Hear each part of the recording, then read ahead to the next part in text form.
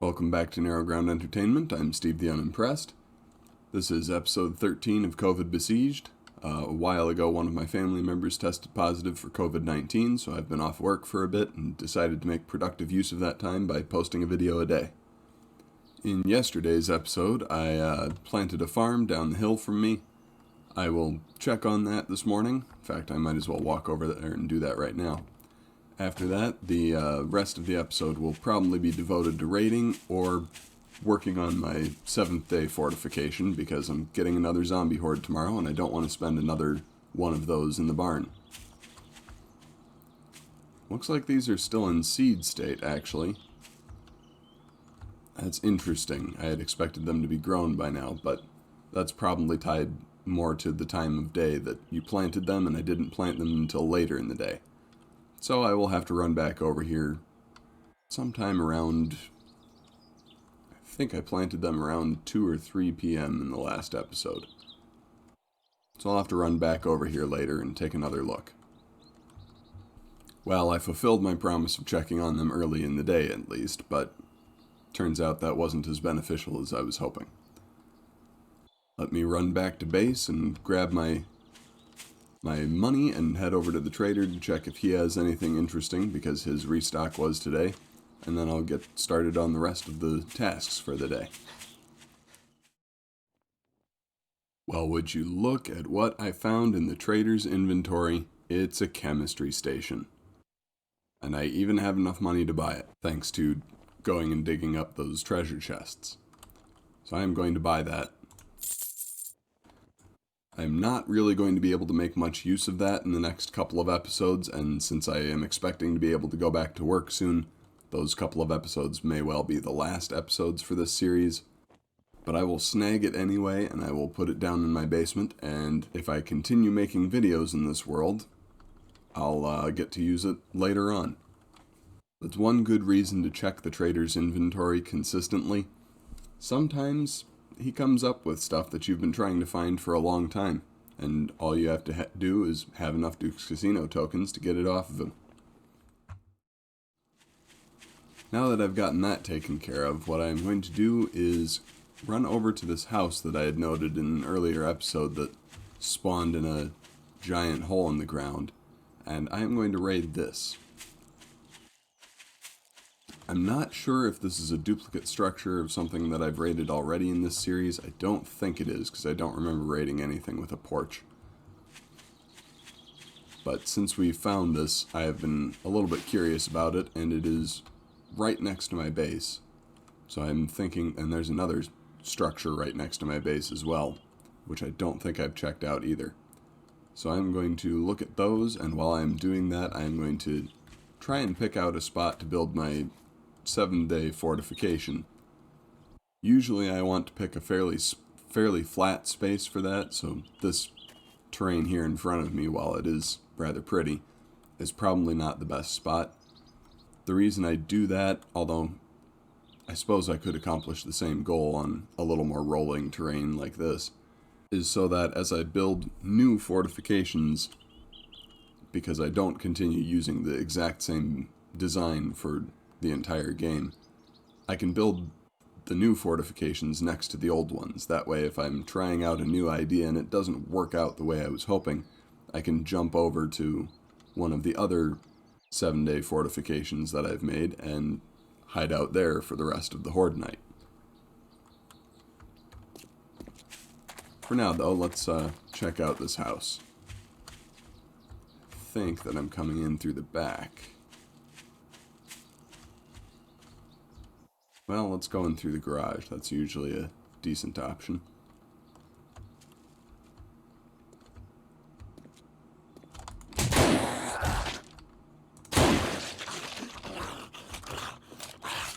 One down. There's an unlocked door over here. Looks like these people haven't had an unfinished basement. No, partly finished basement.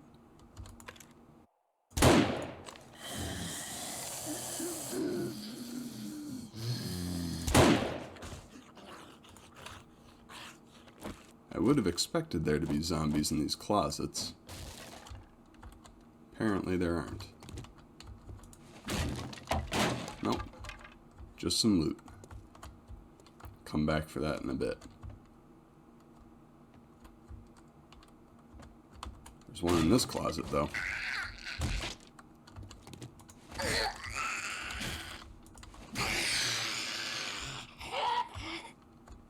That takes care of her. There's the other door to the garage that we already walked past. Nobody in here. Let's just make sure I haven't missed any on the lower level before I go upstairs. Looks like the lower level is clear. Let's reload.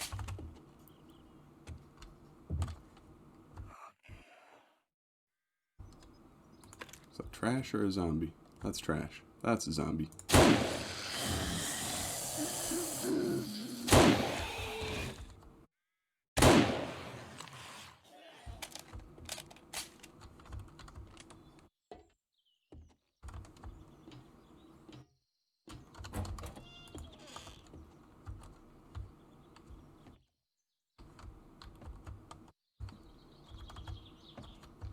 Nobody in the bathroom.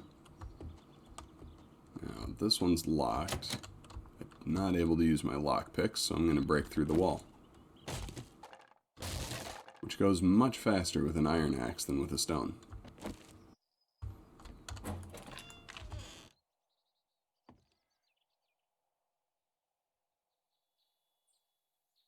Five of these, there's got to be zombies in at least one.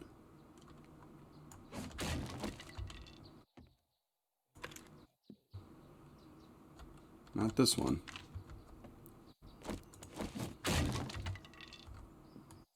How about those?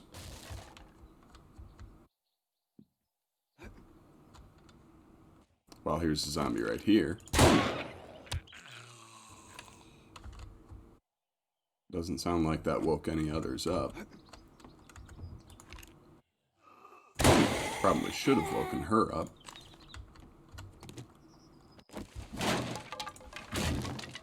Huh. Sure enough, 5 of those and not a single one had a zombie in it. There's one beating on the outside of the house, though. That sounds like one of those crawlers.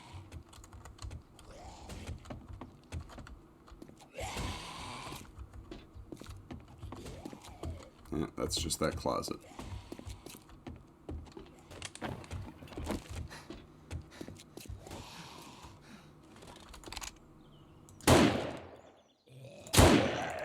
Keep it down out here.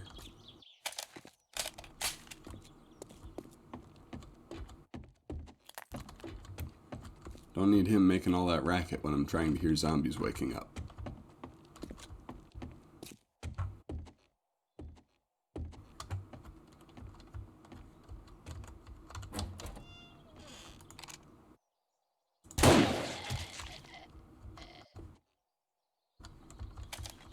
Oh, here's the good room.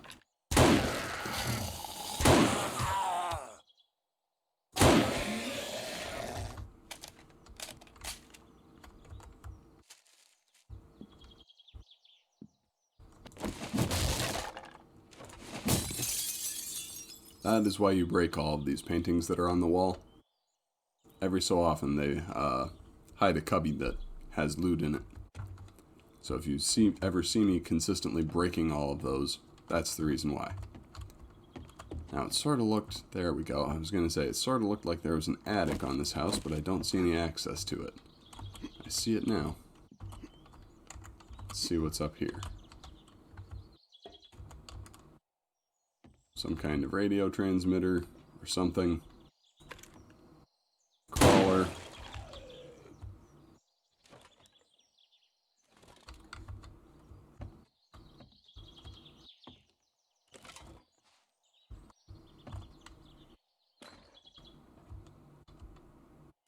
And it looks like a way to jump back down into a room we've already been in.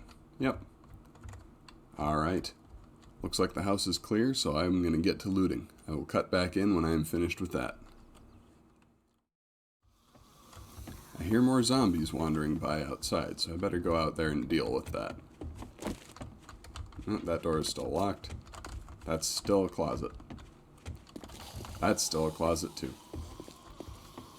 Maybe I should just let the zombies break a hole in the wall. Hi.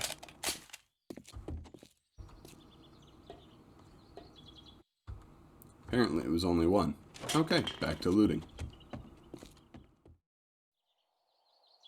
I have finished with looting this house, and I have put the typical supply chest out in front of it, although actually this time I put it closer to the road instead of right next to the house. There were a couple of interesting new things that I found in there, mainly schematics. I actually found the recipe for blueberry seeds. I'm not going to read either of those, though. I'm going to save those both to sell, since I'm already planning on buying the perk that I need for those in the relatively near future. I also found 2 volumes of the Magnum Enforcer skill book. Those apply to the 44 Magnum pistol. I don't have one of those yet. I'm going to read one of each of these anyway.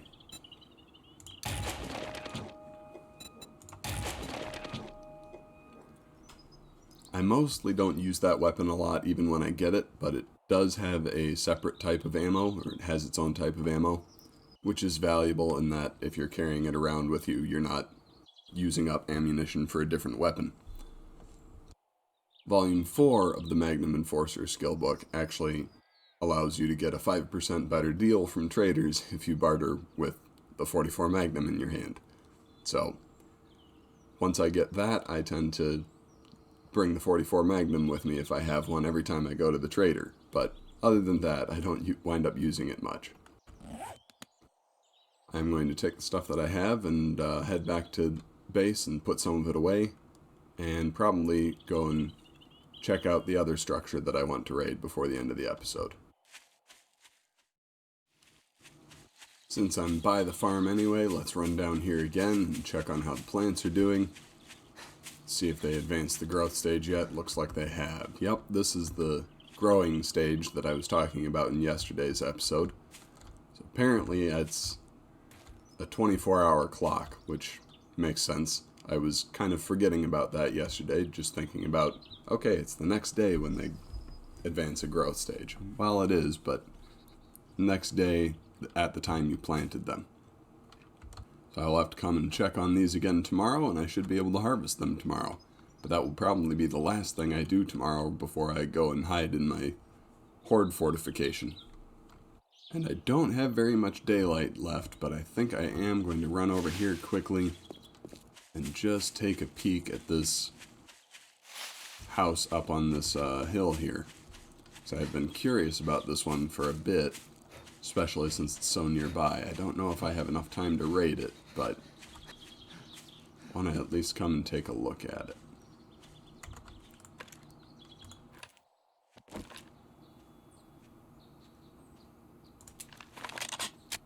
Why wasn't there a round in there?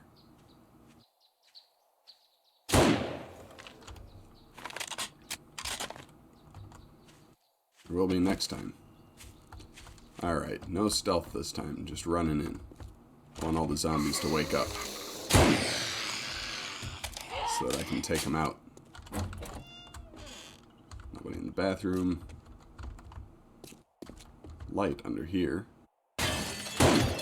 Oh, missed her. There we go.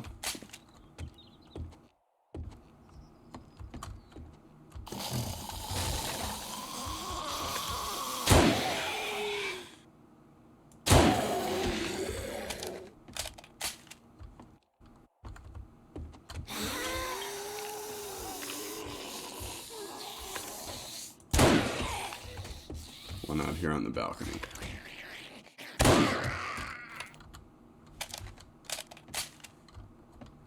Alright, I guess I did have time to clear out the whole place. It wasn't that big.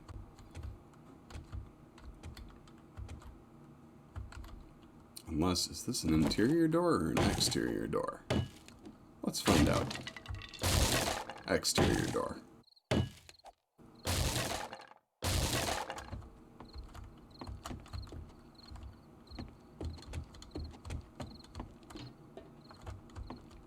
I'm going to raid these bookcases.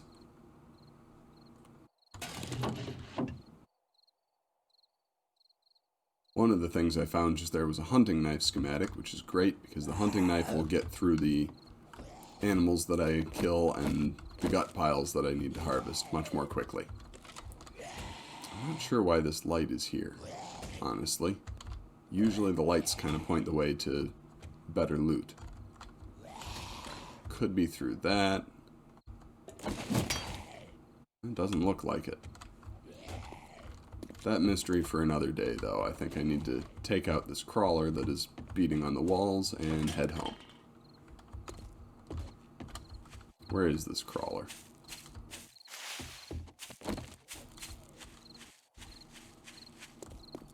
Yep, there he is.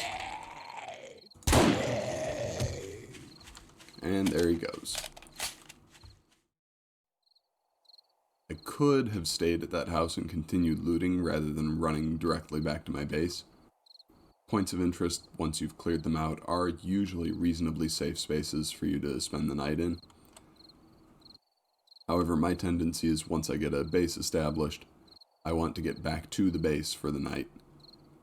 Often to work on the mine in the basement, because I always have a mine in the basement, but partly just because it's home, and home is where you go to spend the night. I'm going to check what I need to make a hunting knife quickly, because upgrading from the bone knife to one of those would be a major improvement. Let's see if we can get one of those tonight. Yeah, that is well within achievable. I don't think I even need to smelt up extra forged iron. I think I have enough right here. And duct tape was the other thing. Let's make one of those, and then I can dispose of my bone knife. It's not going to be a very high-level hunting knife, but I don't use the hunting knives as weapons generally. I use them as skinning implements. There we go, the hunting knife is done. Yeah, melee damage 6, which is only 1 better than the bone knife. However, its maximum durability is significantly higher, and it will probably harvest more quickly. I will have to test that out as soon as I get a chance. I also noticed something interesting about the bone knives that has changed. I'm not sure if this changed for Alpha 18 or if this is a brand new quality of life feature. You used to not actually be able to scrap the bone knives, which was interesting. You had to just drop them on the ground and let them despawn. That was the only way you could really get rid of them. Once you had gotten an upgrade to a hunting knife, you either had to just leave it sitting in a chest forever as a backup weapon, or drop it on the ground. Now, apparently you can scrap it, I imagine, into bones. Yes. So there, I got some glue back out of that knife. I am going to go ahead and take a minute at the end of this episode to set up my chemistry set, now that I have finally been able to procure it in a completely different manner than I was intending to. I'm just going to plop that right in the corner, and I'm doing that partly because I need glue. Which with the chemistry station, interestingly, you can also make with an ear of supercorn, which is something that I have never obtained in 7 Days to Die. I'm not really sure how you obtain that. I think it has been in the game in the past, and I just have yet to run across it. Probably haven't played in the same world for long enough. Using the chemistry station to make glue lowers the amount of bones that you need from 7 to 4, so you can stretch your supply further. You also need murky water, though, which I did not bring down with me, so I will have to go back upstairs and grab some of that. We're almost ready to end this episode, but during my nighttime mining activities, I did gain enough experience to level up again. So I'm going to come into my skills menu and spend those skill points. Since I have enough to get the next level of living off the land, I'm going to unlock the next level of fortitude, and then I have the requirements met to buy the farmer perk. So now I am able to craft seeds for berries and vegetables. And if I look at that blueberry seed recipe in my chests, I didn't read either of those, but now it has the open book that indicates I already have that recipe unlocked. that's where we'll leave this episode. Thank you for watching. Leave a like on the video if you enjoyed it. Subscribe to my channel to see more content from me. And if you want to help my channel grow, please share it with your friends. Tomorrow I will be building my fortification and fighting the 7th Day Horde. Goodbye and God bless.